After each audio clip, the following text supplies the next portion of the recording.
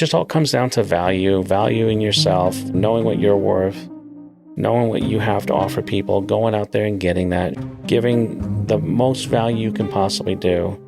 And anybody who's not listening to this and is not doing these types of things with their businesses and they're doing mediocre, well, then that's your competition. So all you got to do is listen to the customer. They'll tell you, what their pain points are and what they're not getting.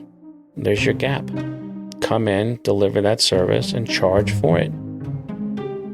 This is episode 207 with Rich Gallo of Pure Swim. Enjoy.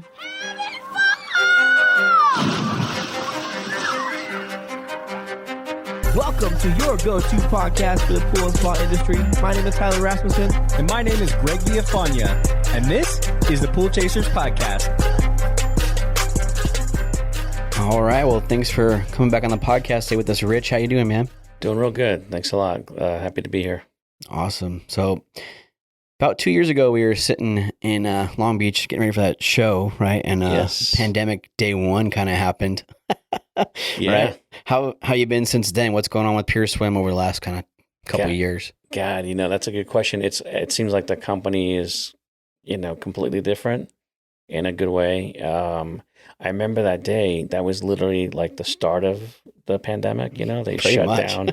We were doing our thing like around noon. And we are going to go to the show that day and went in, and you get in and about an hour into it. That's it, man. The classes, everything shut down. So Yeah, they just walked in and closed it. yeah, it's crazy. So, a lot's changed for all of us. And, I was remembering that on that episode we did, it was a group effort with all of us, and we did the employee independent contractor thing because Yeah. California just came out with the AB5 rule. Right. It's funny how in life when you just, change happens and you're caught up in it, and then real change happens like a pandemic. And then all of a sudden it's like, what was that AB5 about? And no one's really, I haven't heard mention of it, no class or nothing. I know California still has it going. And, but the focus changed immediately, and we were forced to, pivot and make that, that change and just go with it. And looking back, it was just crazy how that topic of that day turned into something that was a real survivor mode for our company. Within months, the government had that triple P, paycheck protection plan, Mm-hmm. and they had that program. So we went into that, and we benefited from that. And the main thing was you had to have employees, not independent contractors. So it was like, wow, okay, that's cool. Yeah. So we did that. But with that aside, just the whole 2 years, what's happened is this shift in demand of people wanting and needing a swimming pool, and how much the home has become a sanctuary and escape for everything. People work in their homes now. Most people did work in their homes for a certain point. You have the family, you have everything, work, life, everything's now in the home. And people figured out how to manage that. And I think if you had a swimming pool, that made it really possible, because it's hard to work in a swimming pool. Swimming pools, the cutoff, it's like we're now not working. We're here. It's family time. So that created a big demand for our industry and any other home service provider. So with us, it just ignited in Los Angeles. It just, like everywhere else, it just became huge. I think it's the record for May of the first year in Los Angeles County, permits for new pools were up 900% from the last year in May. Wow. So that's incredible. So you have all these pools being built and remodeled, right? So that just creates a demand for, pool service providers. So it was tough the first month or two, but when May came around, we started seeing a huge difference. And the big thing that I realized for being in business almost 30 years at that time was that when change happens, it's really important how you shift on that. And a lot of guys, and I've been guilty of this myself in this time, in the history, is when something big happens in a big way, like a big surge of business, it's real easy to just take it on, head on and just gobble it up. And if you don't have structure, opportunity is just going to turn into chaos. And then what happens with that chaos is that chaos just becomes urgencies that you're responding to all the time. So we kind of knew looking at that we're going to have to set things up. We're going to have to create the infrastructure. We're going to have more guys.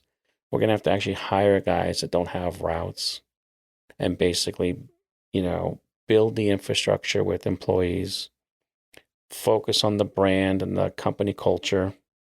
The leadership of, what I was doing at the time changed, and basically build something that we're ready to take this on. And one of the ways we did that is, myself looking at myself and realizing as the leader of this business, what my chokeholds would be, and really clearly identifying those so that I can make the change immediately, because this was happening fast. And, luckily I did pretty good. It helped a lot. It changed the environment of the company. It helped change the attitude and the culture of the company, where the guys didn't feel overworked. Another big thing about having that much work come in all at once is you can start to redline these guys and they start to feel it.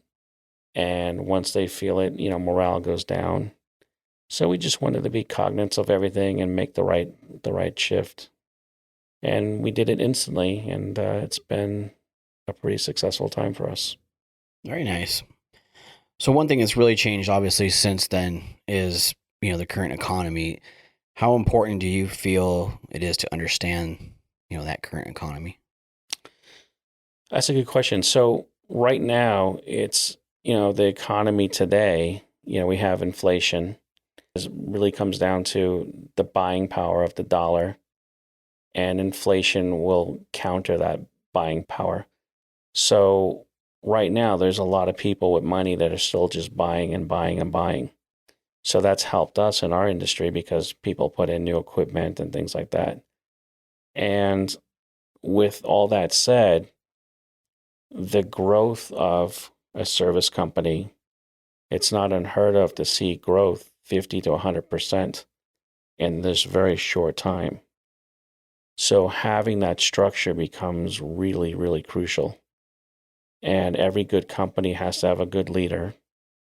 And in that leadership, you got to recognize, like I said, the chokeholds and move forward. But also what you want to do is you want to track things. You want to become like a hound dog, and you just want to track everything.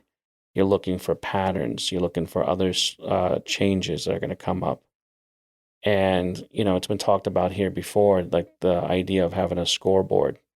You want to have something that gives you that optic that you can look and see where you're at, where you're going to go.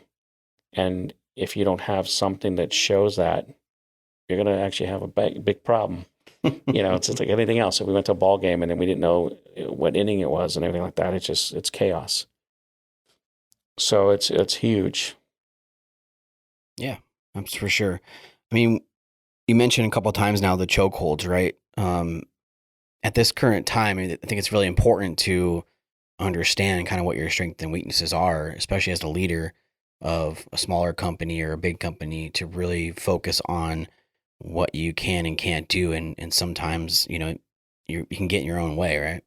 Yeah. And then you can even go a little bit more deeper in that. Like for me, like personally, some of the chokeholds I've had was, as I was growing the company, years back, I always just had this idea that, no one's going to do this the way I do it. The level of service I provide, I can't hire somebody to do this as good, so that's a chokehold. And then when I hired people, they turns out they could not only do it as good, but they could do it better.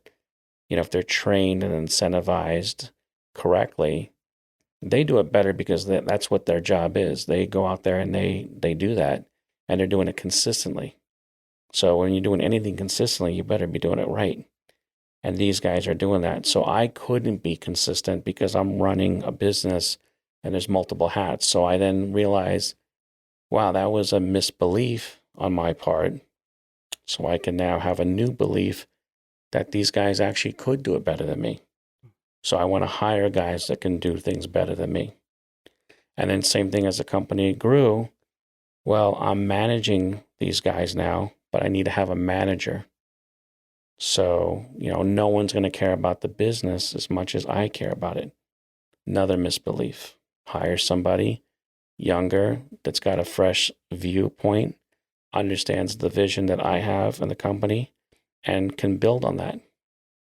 So those are the chokeholds, really. And what happens in a chokehold is like anything else. A chokehold actually chokes you out and you die. Mm-hmm. So you just, as a business owner and an operator, you don't want to have these different things in your mindset that hold you back, because ultimately, you won't be growing. If you're not growing, you're dying. Yeah, I think it's more important now than ever, right, with the way things are changing and moving constantly, that if you have these beliefs that you think you're the only one that can do things, or you don't want to try new things, like, it's very difficult to be successful. Correct. Yeah, because most people can't, get to the point where they want to get by themselves. You have to have successful people around you and people that want to be successful. I've learned early on that if you find the guys that are doing the right thing, right, what you do is you actually make their life good, and in turn, they'll make my life good. Once you establish that, that's it. You take those guys straight to the top with you. Yeah, I mean, if you don't, you get into that state of mind where you're just kind of running routes, right? We always talk about that, the difference between running routes, running business. Like, there's only so much you can do as yourself independently, right? And trying to wear 19 hats at one time. I mean, there's just really no end game in that. Yeah, because what happens is you've seen it with other guys, right? It's not really hidden. You see that when someone's working more and doing more, it seems like they're kind of like in a faster track. Mm. But you look around and you're thinking, wow, this guy's achieving a lot, but how fulfilled is he? Right. And when you see that absence of fulfillment with achievement, then that's a major problem. Yeah. I think you and I have talked, you've been through that back in the day, right? Of putting the business before lots of other things in your life and working yourself to the bone. And then, yeah, what do you realize? What have you gained at that point? You know what I mean? It's a dangerous zone to be in. It is. And I think a lot of younger guys right now don't really look at money as the ultimate motivation, which is, good in a way. And, having things in life that replace, fulfillment, understanding that's a major chokehold, a major, problem that a lot of people have, successful people. Ultimately for wealth, my understanding is that if you're really super wealthy, in all aspects of life, you're really giving back, and you're really giving, to people around you. And that's one of the things that I see with you guys here with the podcast, right? Is this shift that's happened like maybe 5 years ago, where all of a sudden you have like, wait a minute, these guys are giving out some good stuff. It's like their trade secrets. These guys actually built a business. These guys ran routes, and then after 4 years, they're like, oh, we're going to change here. We're going to give that up, and we're going to now 100% dedicate to the community of the pool service guys and basically teach, pitfalls, right? So that's huge. And you look at what's happened since then. I mean, there's all kinds of podcasts out there, right? A lot of good ones. And you look at how people talk to each other. For me, and, I'm 49. I've been doing this for 31 years. So growing up in this industry, it's a dog eat dog. And guys guard their accounts and their businesses like a dog, guards his bowl. And there's no reason to share any information, especially something that's going to make your competitor better. Like, why would you want to make the guy you're competing with better? That's crazy, right? But the real definition of the word competitor is to compete. And when you compete, it's to compete to do better. And when you compete, you're competing with others. So it's the betterment of you and others. And I think that the younger generation is really understands that. And I get to see this. And as an older guy, you kind of like look at this and say, hey, you know what? This will work. And it has. It's worked. It's worked great. So I'm happy to be part of this. I'm happy to be here and be doing these podcasts with you guys because I'm a huge fan. I listen to them, weekly, but I'm always learning, and I'm always amazed of like, wow, I know a lot. I've been doing this for a while, and then all of a sudden, on this particular day when it comes on, I didn't know that, or that's the missing thing. That's like I've been, struggling with something. And then you can kind of now reach out, look at the library. You can go and ask people, and how did you do this? How what's working for you? And a lot of guys are just sharing. They're just sharing. If a guy's struggling like with the routes and the organization and the overwhelmingness of putting a route together and managing a route, and it's like pulling them from 15 different directions. And you say, hey, well, when you go on your app on Skimmer and you do this and that, and they're like, whoa, what do you mean Skimmer? Like the Skimmer basket? No, the app. Mm-hmm. And like, oh, wow, you don't know about Skimmer. So it's things like that. And then people just start sharing that stuff. It's like, man, I had that problem. I see you struggling with that problem. So why not help you? Because the other way of doing it, I guess, would be like, I see you struggling. I know exactly how it feels. And now I just sit back and watch. And how is that competing? I'm not making myself better by seeing you go down. And I sure as hell ain't making you better. Yep. But some of these young guys, I've given them, service agreements, which are blown away with like, hey, just don't use my name, but use this however you see fit. Sure. And they're like, man. And then you start talking to these guys and they start doing the thing like the price matrix episode we have. These people come back and you go to trade shows, they pull you aside like, oh my God, I listened to everything you said and I did this, I did that, and I changed everything. And I'm just like blown away. I'm like, wow, I didn't know that was going to happen. But yeah, it should happen because it works for me. It could work for you. So I think it's huge. When you look at the industry for the last 5 years, that's happened. I also understand that in the economy as itself, for the last 2 years, we're really in the midst, like the middle of a major transition of wealth. So what's happening now is, generations. I'm Generation X. And my parents are boomers. So those people are getting older. They're, getting towards not just retirement, but hey, I don't want to work anymore. I'm not working. And what happens is those people have a dollar amount of wealth. But a lot of those people own businesses and have owned businesses. So you get a guy that's worth maybe 40 million. You got 40 million in liquid assets. And he's got a $20 million company, a straight evaluation, 20 million. That business today is an asset. Tomorrow, and maybe even by the end of today, that business in that guy's mind is a liability because he's running that business so the business exists and he actually has a liability with having a business. So those businesses are actually now being dissolved because they don't have a family that's taking them over and they don't want to manage them anymore. So they're going to drop them and sell them. Right. There's been a ton of that. Look what's happening with routes.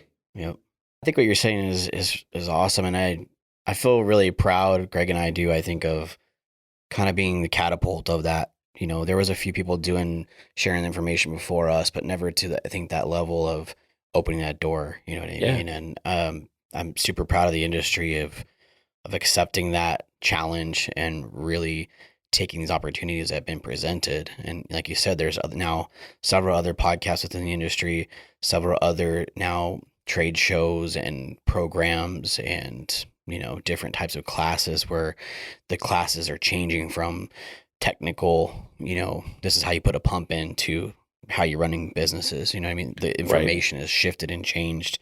Not all of it, you know, it's been a little slower change within the trade shows, but you're starting to see it, right? Where people are teaching people how to run a business instead of just showing them how to install a pump. Like we're no longer just pool boys out there doing, you know, stuff for cash on the side. It's legit, real businesses, you know, and I'm super proud of that. I think, like, you know, I appreciate your kind words on that. And I think Greg and I both believe that we kind of catapulted that movement. And, you know, we don't talk about it too much because we just like really providing information for people and helping them. But I do think, you know, it's been a cool ride for us to see that change.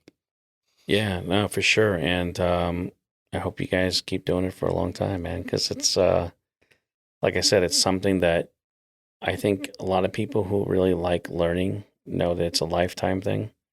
And there's always that continuous education, and having it right there in your ear, or have it there on the car, the truck when you're driving, you know, or just making the time, if you can, to set aside and really listen and really understand and digest it. Because this is good stuff, you know? Absolutely. We're going to take a quick break. When we get back, Rich talks about the current state of the industry, embracing change, and knowing your worth. Hey Pool Pros, my name is Zach Singer. And I'm Bryce Sarine. We're here with Beyond Pool Cleaning in Scottsdale, Arizona, and this is your Skimmer Tip of the Week. So, back in 2017, one of the main reasons we started using Skimmer was for automated service emails that it sends to our customers after each service stop. And since then, we have done a lot to really get the most out of them. Oh yeah, it starts off as a nice recap of readings, dosages, and checklist items, but there are several options to really take it to that next level. Customizing the default message in the service emails is a game changer. This can lead to so many great opportunities. Remember when we updated it to promote the variable speed pumps and we sold 3 in the first week?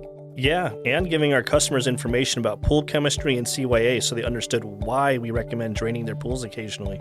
Not only educating, but communicating. Like how we let them know when we're going to be off for Thanksgiving and Christmas.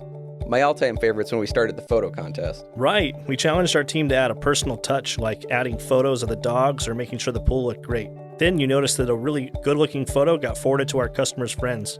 So we had to add referral messages as well. We had a lot of fun with that one, especially when our customers took notice of the extra effort.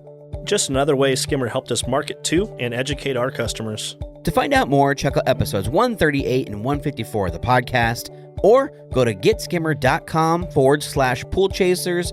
That's getskimmer.com/pool chasers. So where do you think the current state of the industry is at? So the current state of the industry, I think, is it's overall everybody, you know, it knows it's booming, right? You know, we got some shortages still with chemicals, some labor, equipment, stuff like that. But, you know, I think we all pulled through that last year, and I think we'll pull through it again this year. You know, there's different obstacles. You know, with that said, the other thing that you're seeing a lot is these mergers and acquisitions. And, you know, the idea of that is always kind of fearful, you know, like, oh, there's going to be bigger companies and price controls, and, you know, they're going to really shift the direction we all go in. So, like I said, I've been doing this for over 30 years, right? So from the service sector of the industry, in my area, what we would see time in and time out early back in the day is you get these conglomerates that come in, and they would just basically start to target and blanket your whole area with solicitations, you know, advertisements, and they would drop the price about maybe 5 to 10%. And they would even throw in a pool cleaner, or, you know, sometimes they'd put in a free salt system, right? So what that would do is they basically now have this, you know, power to go in there and control price on a negative, and to, you know, give away stuff that is like almost impossible to give away. And you would either lose business or have your customers come up to you with their flyer and say, hey, what are you going to do? Can you match this? If not, I'm going to try them. You know, and of course, they don't work out, I'll call you back. Yeah, sure. So you'd see these guys come in, and they would last about a season or two. That's it. You know, but the damage they left was there for years, because they're resetting these price modules. and they're basically giving the homeowner the bad idea that this is all the service is worth. It's worth, back then it was $65, $68. Right. It's crazy, right? And Yeah. you're charging 90 and you're like a rebel, and all of a sudden these guys are in. So it always, made it really tough for growth. Sure. So those guys were, kind of killing our thing. So naturally, you're going to be upset. So when the next guy comes in town, you're going to have the same mindset. This is what this guy did. This guy's not going to be different. And sure enough, he would prove you right, and he would do the same thing. Sometimes it'd be the same company, just with a different name. Yeah, Everything's true. now in their wife's name, or, the contractor's number. So that was a different thing. But so when you look at the new guys coming in, and you see what they're doing on the service side, and you see like the NPP guys, right? And I've listened to them here, on your sessions, right? Now they're doing something different, right? So what I see the difference of what they're doing is, first of all, they're establishing that, hey, there's a demand right now, an overwhelming demand for service and what real service is. So they're talking about that openly, and they're offering that real service to your homeowner. And of course, in that real service, unfortunately, it can't be given away on a price point. So they're charging respectable price points that you see are higher than average rates. And it seems like they're 20 and 30% higher, which is completely different than what I was experiencing 20 years ago, right? Mm-hmm. And you see the structure that they have built, that they're putting in to be able to deliver this value. And it's working for them. And it's working really well. And again, that they come on here and other podcasts and they're sharing this information. It's, again, this is 180 from what I had just mentioned from years back. So I applaud them. I think they're doing great.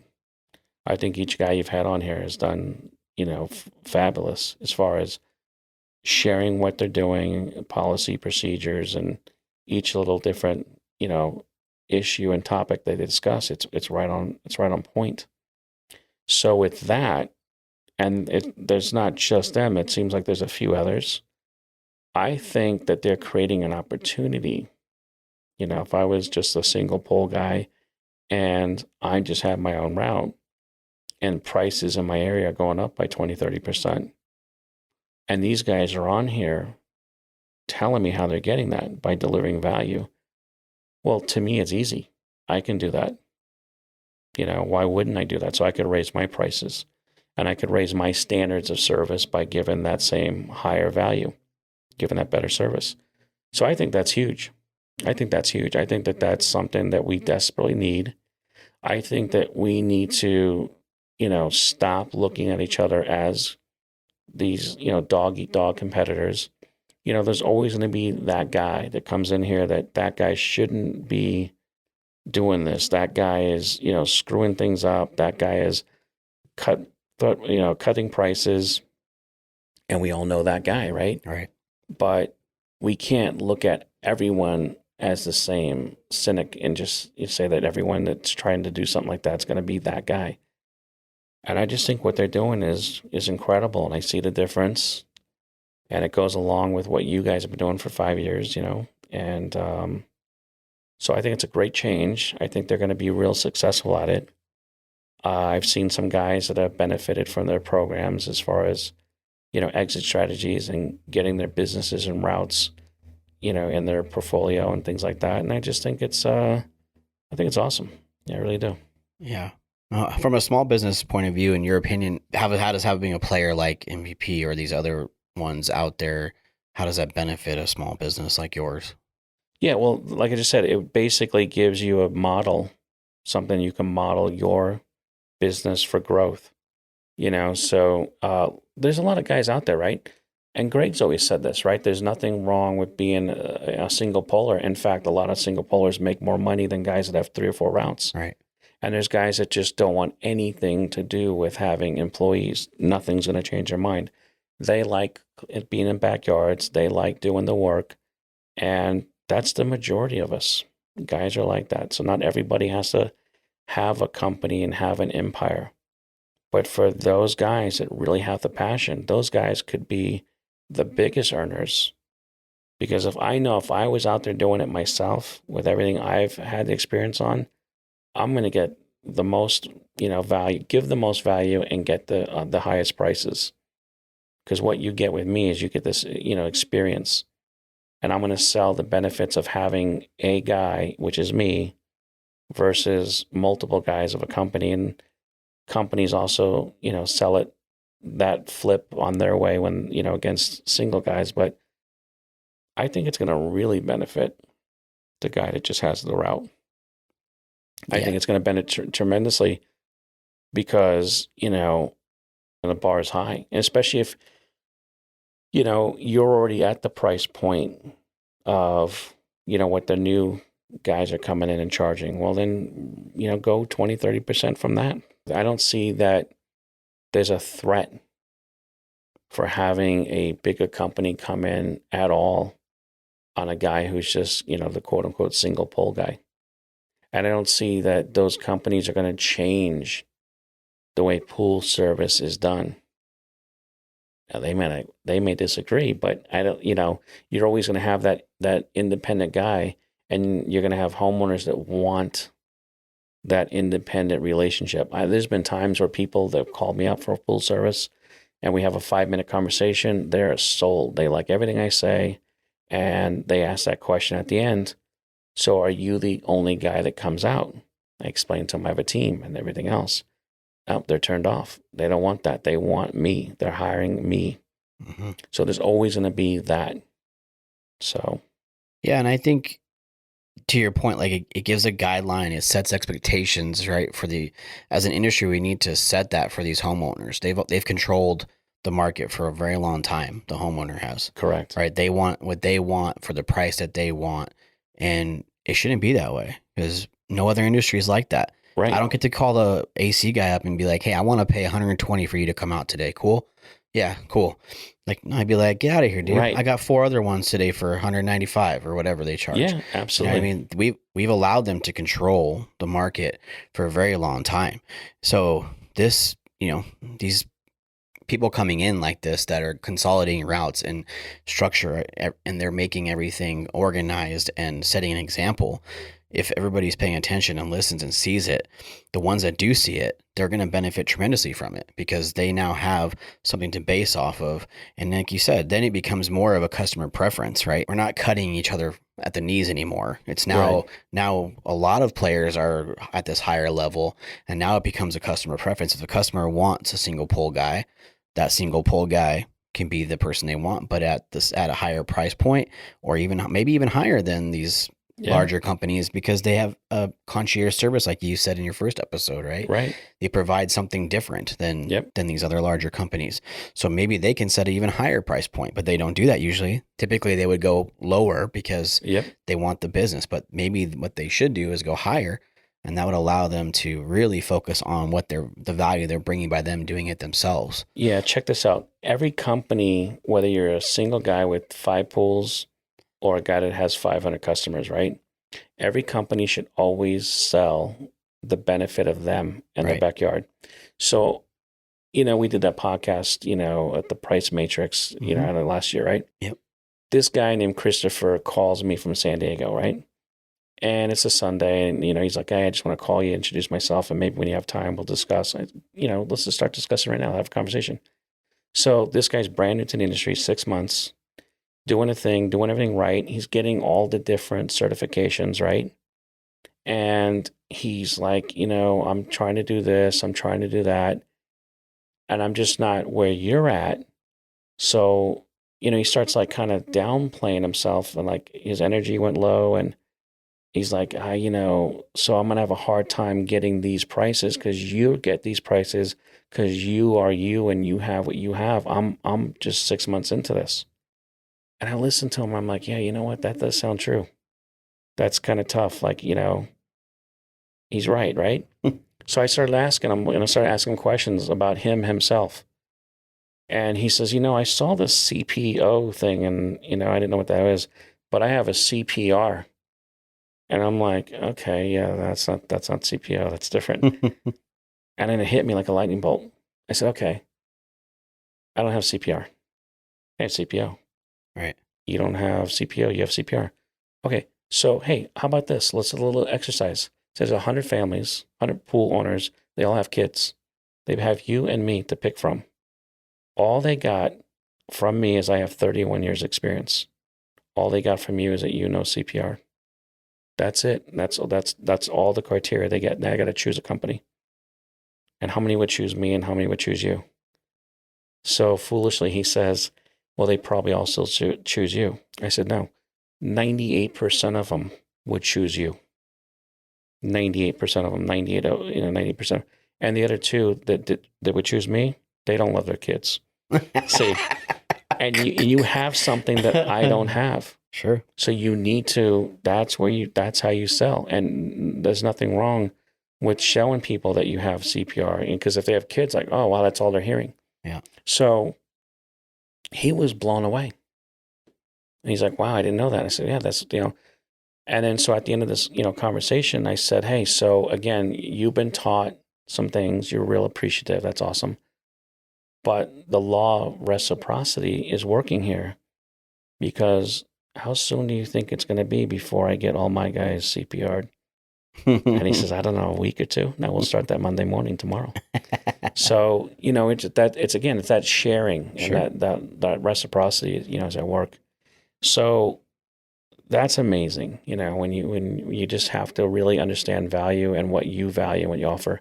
And back real quick to your whole customer dictating the price, we got to understand that the reason that it happened and it happened for decades is because we allowed that to happen. Yep. We created that monster. We created that problem. People have their process of their buying process. And when it comes to buying anything, they're going to go into their buying process. Well, when it comes to pool service, it's 3 bids. And they run them back and forth. This guy's 85. I'll do it for 79. Right. Oh, okay, hold on. Hey, this guy's 79. I'll do it for 75. So it's been a vicious thing for a lot of years. And I don't see that happening at all today. If someone calls me and they get my, deal and what we have to offer, I never ask them what they're paying. That's inconsequential. I don't need to know that. Mm-hmm. And sometimes they'll tell me, wow, I was paying $110 and you're triple or more. But I'm going to go with you because this is what I've always wanted. I wanted that what you have to offer is what I need and want. And they get over that money hurdle really fast when they understand value is being shown to them. They need this value, and now they don't want to live and swim without that. And that's it. And then you got to deliver that.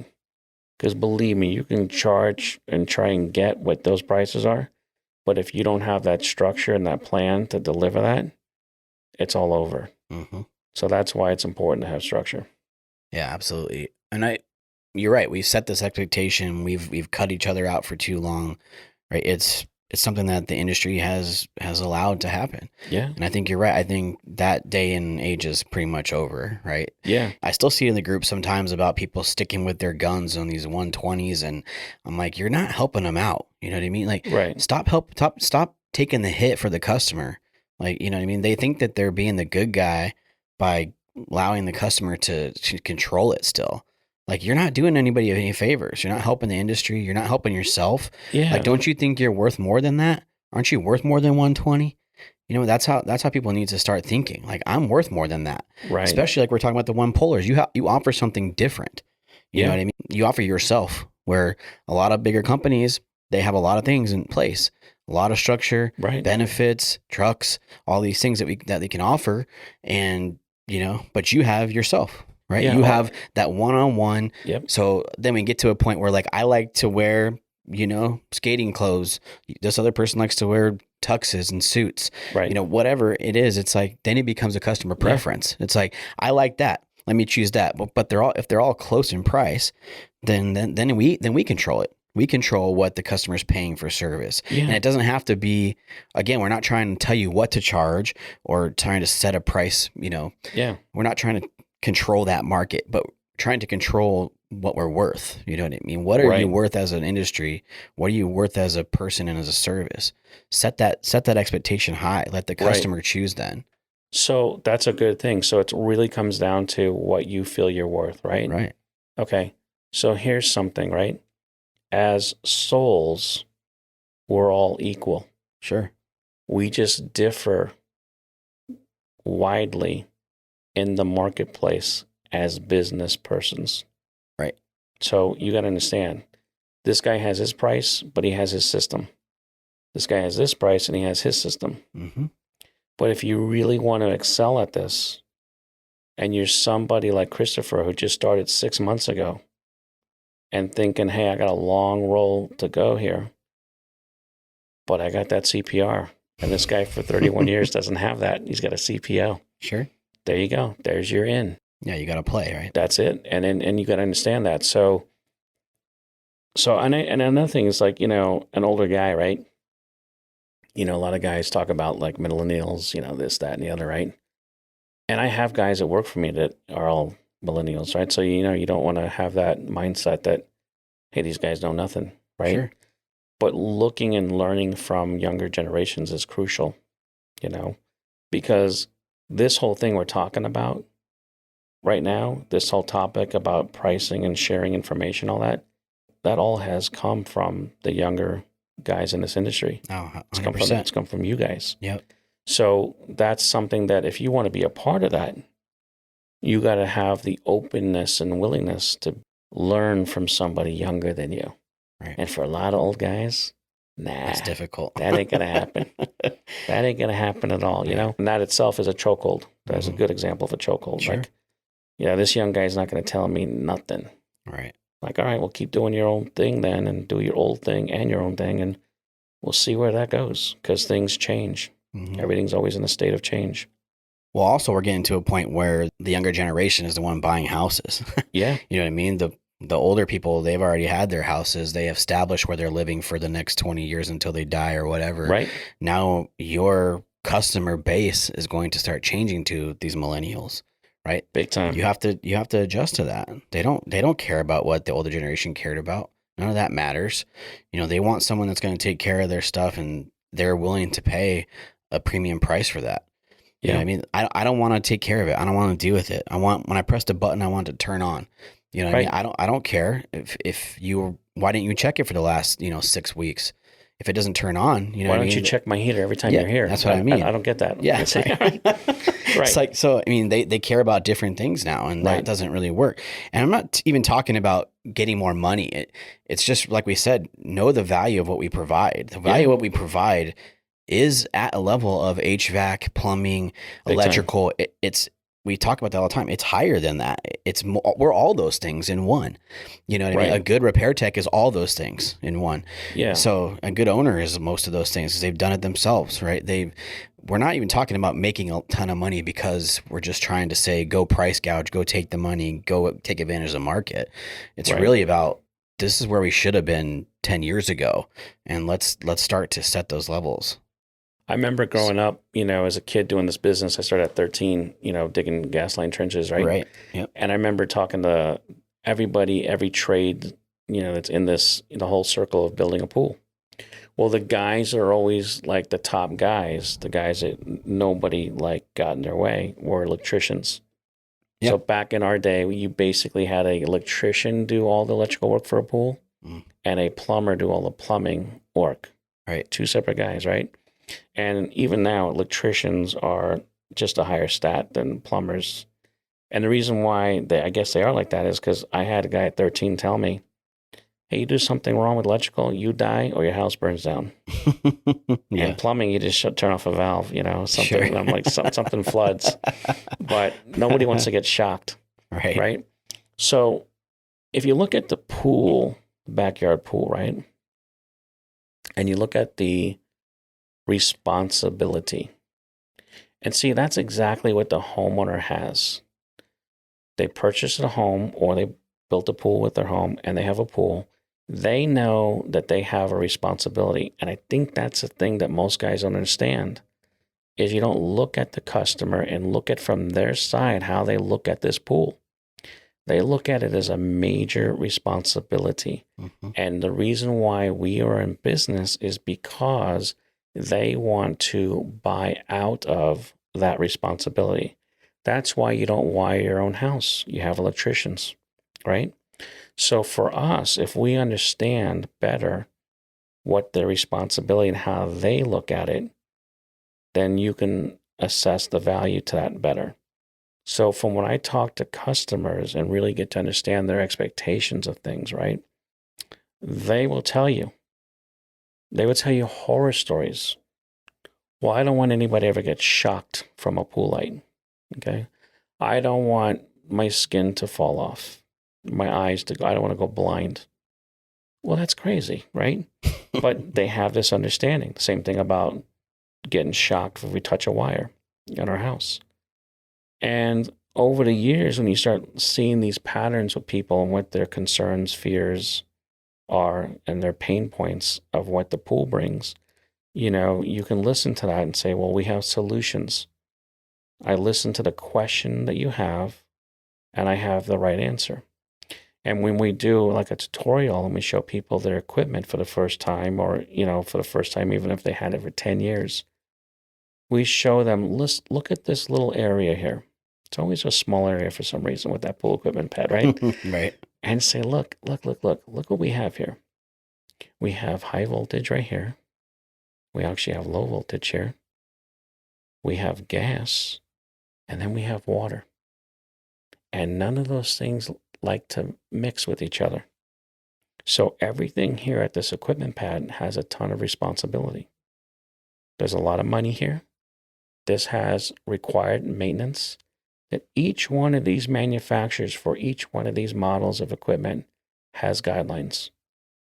We're going to follow those guidelines to a T, and all the periodic maintenance that this needs, that's going to be included in your all-inclusive service rate. And when you tell it to somebody and you're showing them their equipment, that's it. Done deal. So listen to their need. Listen to the responsibility that they want to get out of, but they want to get out of it and hire somebody that understands that and somebody that they can believe in that's not going to drop the ball. All right. And there's a lot of us out there that do that. For sure. That's gold there, man. Yeah. I agree. We're going to take another quick break. When we get back, Rich shares how important it is to have a business roadmap, his new project he is involved with, and the law of reciprocity. This episode is brought to you by Leslie's. Pool season is rapidly approaching, and Leslie's is here to help you, the pool trade professional, be ready for action. With more than 950 locations across the country and extended hours of operations, including weekends, Leslie's is available when and where you need them. So stop by your local Leslie's today and let them help you plan your product needs this season. To learn more about their exclusive pool trade professional programs, check out episode 151 and 165 of the podcast, or visit a store today. This episode is also brought to you by Primate Pool Tools. Cut through the water with ease with an ultra-strong and super lightweight carbon fiber pole. Primate poles are available in multiple models with length options for every level of service, whether you work on spas or Olympic-sized swimming pools. Their strength makes them ideal for heavy vacuums like Riptide, and their ultra-lightweight makes cleaning any pool easier. All Primate poles are handmade in the USA, come with a commercial warranty, and are even available in custom prints. For more info, click the link below or go to primatepooltools.net. You can also use our special promo code PoolChasers2022 for $20 off. And to learn more about the guys behind Primate Pool Tools, check out episodes 104 and 199. So with all that being said, how important do you think it is for these next couple of years to have a roadmap in place? roadmap for any time in business is crucial. But again, right now, there's a tremendous amount of growth. And I think the growth, in my opinion, I think it's going to still grow for at least another year, year and a half, even into 2 years. And then we'll see some type of correction in the economy. So what happens is like if I drove from LA to here a few days ago, right? Mm-hmm. Well, I didn't get in my car and just start driving. I've been here a few times. I could probably get here if I didn't have a GPS, but it took 2 seconds to put in the address, and it just took me here the whole way. And if there is traffic or deviation, it let me know that there's a better route, better way, change here, go here, and if I want to accept it or not. If I got off the roadmap, the GPS, and it, wanted to get gas, a burger, whatever, it put me right back on because I had a destination. I had an X marks the spot. And as business owners, we're guilty. We fail at making this roadmap, So in a roadmap, you have to know some basics. You have to know where you're at and where you want to go, So if you have that as a goal, goals are just ideas without plans. You got to put a plan together. Goals are they're just that, they're goals. But an actual plan that shows where you're going to be and where you are, you'll actually work that plan and stay on that plan. And when something happens where you're now off that plan, you'll know that you're off it and you'll get back on it. And it took me 6.5 hours to get here, right? If I didn't have that, I'd probably get here in maybe 8 hours. Well, that time is crucial. I don't want to, get here an hour and a half later just because I didn't have a roadmap. Mm-hmm. And in business, it's even more than that because what's going to happen in the next couple of years, when the faucet turns off and all the spending starts to now go to cutting, if you don't have structure and you're just in a reactive mode, like I said earlier, what's going to happen then, unfortunately, you're going to have all these situations that just become urgencies where you don't have structure, where someone calls you up and they're pulling you. And now you understand without a roadmap, hey, the climate has changed. They're not spending the money like they were. I can just feel it. I don't see it, but I can feel it. And then people's attitudes, demeanors, and needs change. And everything is a lot more reactive. And that's when you have your urgencies. And then you start responding to them in an urgent way rather than, a proactive way.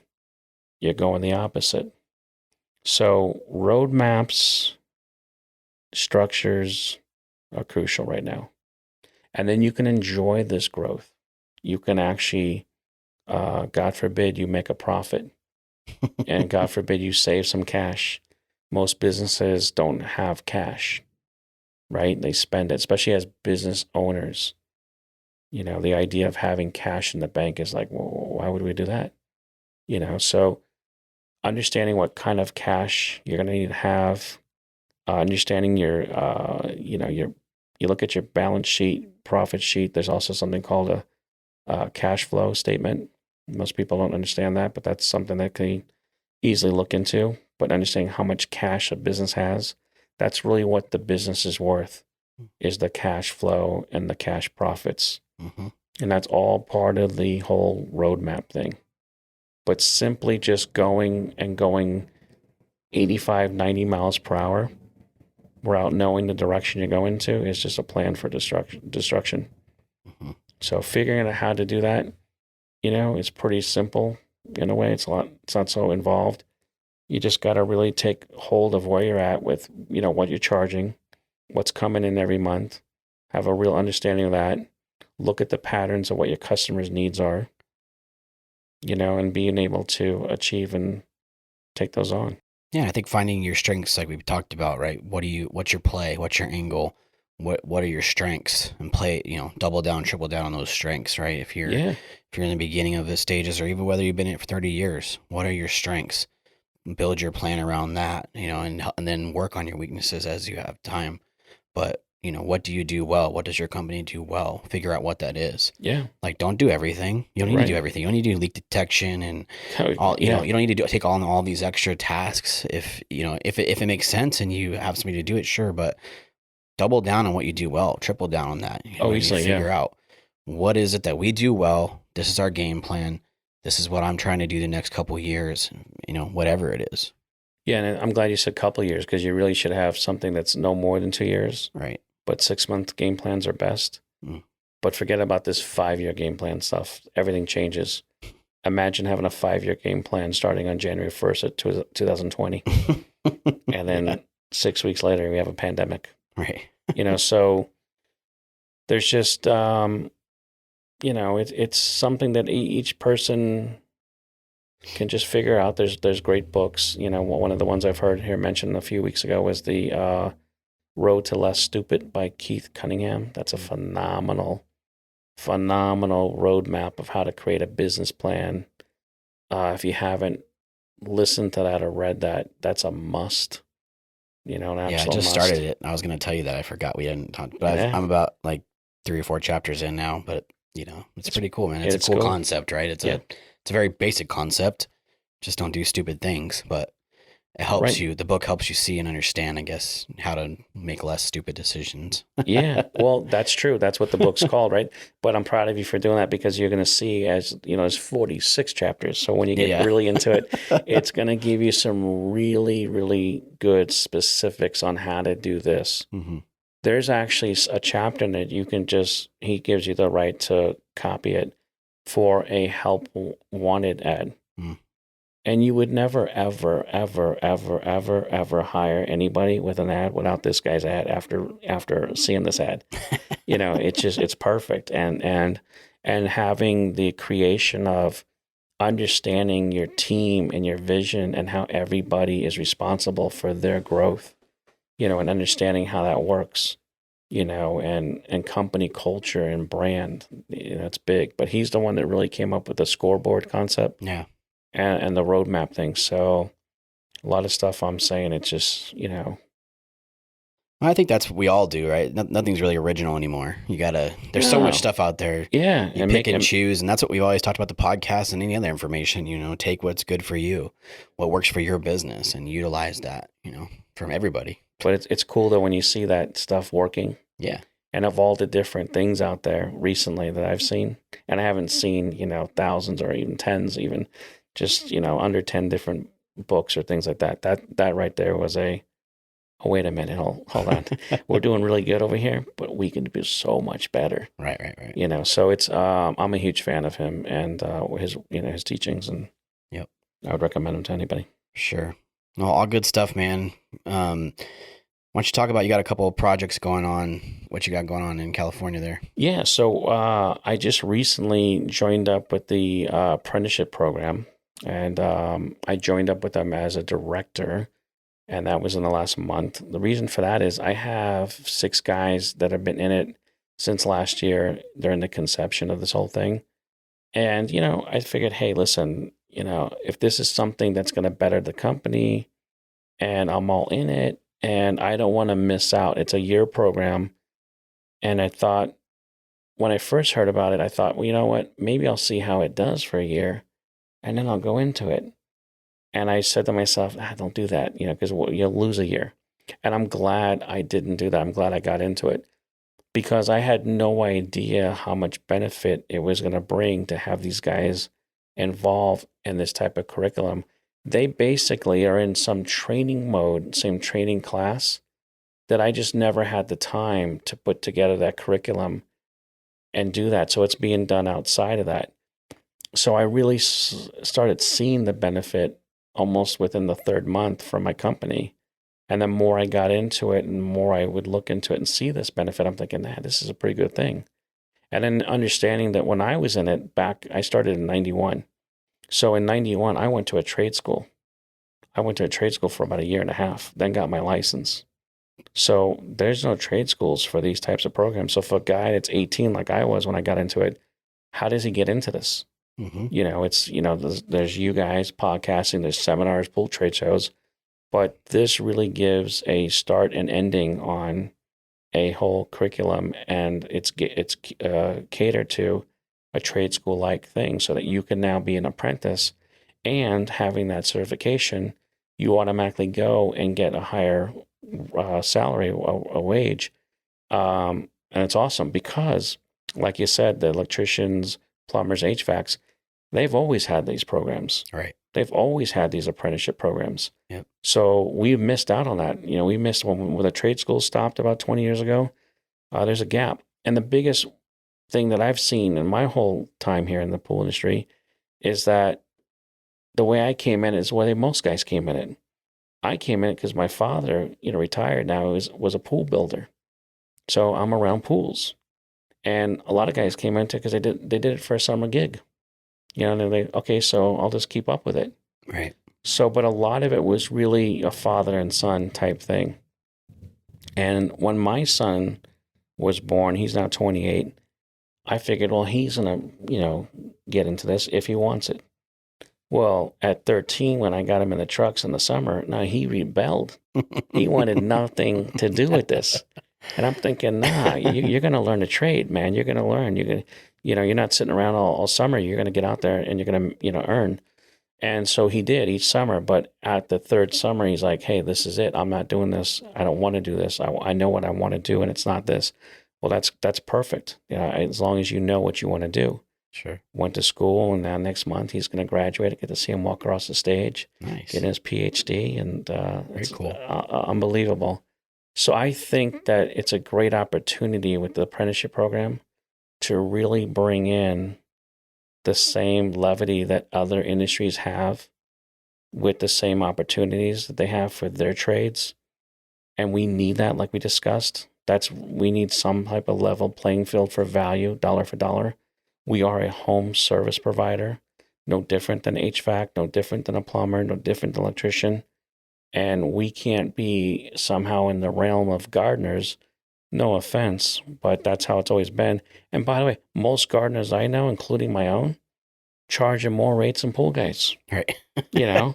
And so it's like they even figured it out. So, it just all comes down to valuing yourself, knowing what you're worth, knowing what you have to offer people, going out there and getting that, showing that, giving the most value you can possibly do. And anybody who's not listening to this and is not doing these types of things with their businesses and they're doing mediocre, well, then that's your competition.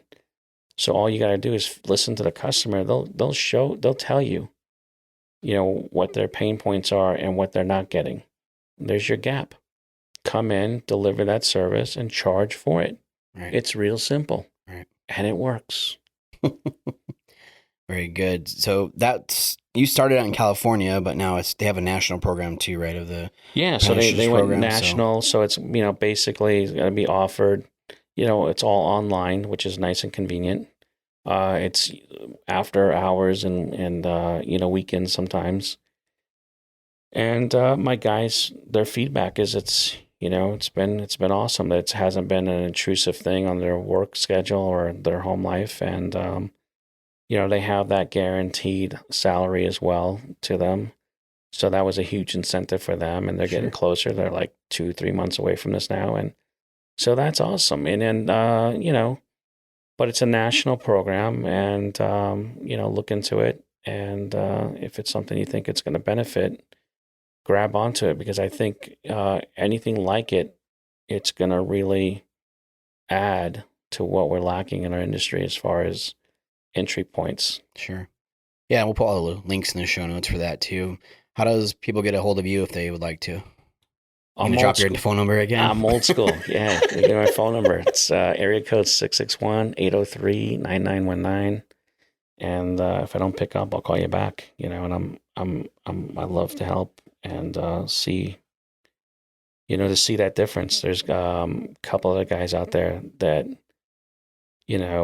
from the trade shows, like we went to Long Beach last week. You walk around with your name badge, and then all of a sudden someone comes up to you, and they're like, looking at you like, oh my God, you're that guy. And then they start talking and like, oh yeah, I've talked to you a few times. And then they start telling you what they've done based on, things I've said. And I'm thinking, damn, I didn't know that was going to work like that. but it makes sense. But it's always rewarding to hear that, Yeah. because they're really passionate. And they're like, I did exactly this and that. It happened. And you listen to them, you're like, wow, that's unbelievable, So, and they're all younger people. There's a guy, Dean, out here, Big Family Pools. Yeah. He ain't younger, but he did some changes and he did some real good stuff. And he would tell me this. I'm like, damn, and, just to have that type of relationship with other, colleagues in the business. See, that's another thing. In my day, we didn't have colleagues. Colleagues, what are you kidding me? Right. We're all just independent guys. We're out there. It's dog eat dog. I remember driving up, you pull in the neighborhood, there's a guy just finished a pool, you pull up, that guy don't move until you get out of the truck and leave. It was crazy, Mm-hmm. And now it's gone from that to, service agreements. Oh, wow, what do I do? Give me your email address. I'll show you exactly what to do. Here's a service agreement. Don't use my name, that'd be stupid, but just, use it, you can copy it exactly the way I have it. Yeah. And it's just amazing to see the result of the law of reciprocity. I'll give a nod to who taught me that. God rest his soul, our friend Greg Garrett. Yep. And that wasn't that long ago in life. I mean, you're talking, 7, 8 years ago. Mm-hmm. But he always had this, this thing about him. His character was always intact and he was always available. Every time I talked to Greg, every time, two things: I'd have a smile on my face, and he always made me feel like I'm the only one. Mm-hmm. Like I'm special. Like I'm Right. his favorite kid type of thing, Yeah. And I would be like this. And then so talking to you about him, right? You would give me the same thing about him. Like, wow, that's cool, man. He did that for both of us. Yeah. So, he would tell me about the law of reciprocity. And he said it like 20 times because I mispronounced it 19 times, Right. And he'd look at me like, man, can't you talk English? Is English your first language? Like, yeah, man, that's a big word. And, he made me look it up, made me understand it, and made me come back to him with my version of understanding. Mm-hmm. I said, man, that's like, everyone should be like that. And we would just talk, and he knew that I knew it. And he says, hey, listen, if you just live your life like that, you're always going to be a wealthy man because you're always going to be giving and, see it coming back. And I'm like, is that what you do? And he's like, yeah, man, that's exactly what I do. So, rest in peace, Greg. It's been a few years now, but it's, Yeah, still living amongst all of us, man. Yeah. I had that similar conversation with him, right? And I think he saw that in the podcast. That's why he was so supportive of it. It's just that same concept, you know what I mean? And one thing I know about you, based off that relationship we built from Greg, it's a similar thought process on, just helping people out, you know what I mean? And it's genuine and just understanding, that if you had that help when you started out, where would you be now? Do you know what I mean? So it's like, no, I don't want to get depressed. I don't want to think about that because I know I'd be like, oh my God, that's it. It's all over. right. No, it's just, but the idea of that though would be like, wow. But you get to see these young guys, guys at 25. And then a guy named George, I forget I think his wife's name is Jackie. I'm sorry if it's the wrong name. George and Jackie. Somewhere in Sacramento, California. Now these two right here, they were in the class that we did over there at Monterey. Yep. Right, and they had like the 500 pools, 400 Is that pools. low buck pools or something? I think that's it. Yeah. Yeah. And listening to their problems and like, wow. And you look at these kids, to me, they're like kids. I don't know how old they are, but they're like kids. They're pretty young. Yeah. Yeah, they got to be younger than my son. So to me, they're kids. Yep. And you see, how much they've done, and you see their struggles, and then you start talking to them, and then they see you 6 months ago at the next show. And they're coming up to you and then like, oh my God, we did this and it worked. And it just, that never gets old. That's like, that is like incredible. So it's the best part, man. It's what we feed off of. It's the coolest thing ever. And it happens to us quite a bit. And I love to hear it, man. Yeah. 'Cause it's just, that's what keeps it going. You know what I mean? Helping somebody change their lives, right? Because we always looked at it as, brothers helped feed our families, but it also helped feed 10 other people's families. Right. You know what I mean? We were responsible for these 10 other employees and their families and them being fed, right? And that's what it feels like to me to help these people. Like, oh man, I'm helping that person, Yeah. you know, feed their family and take care of them and give them hope for the future and all this stuff, you know. It's such a cool concept. It's such a cool thing that I think you're right. Even Greg Garrett's philosophy, just, you know, old school thinking of, Right. but it's, the concept is the same. The results are the same. Yep. So, all right, man. Well, appreciate you coming on again. Thanks Every for having time you me. come on and learn something new, and I'm Yeah. sure listeners do too. So, Well, appreciate you. that's that law of reciprocity. You know, I learned something too. So thanks a lot, man. All right, babe. Hey, Pool Chasers. Thanks for listening. We hope you enjoyed the episode. To connect with today's guests, including pictures, links, and resources from everything discussed today, you can visit the episode page at poolchasers.com or click the links below. To connect more with us, you can find us on Instagram, Facebook, and Twitter by searching at Pool Chasers. If you would like to support the podcast, the easiest and most effective way is to subscribe to the show on Apple Podcasts, Spotify, and YouTube, as well as share the show or your favorite episode with a friend or on social media. Also, you can get early access to each episode by supporting us through Patreon. We know your time is valuable, so thank you for sharing some of yours with us today. See you out there, pool chasers.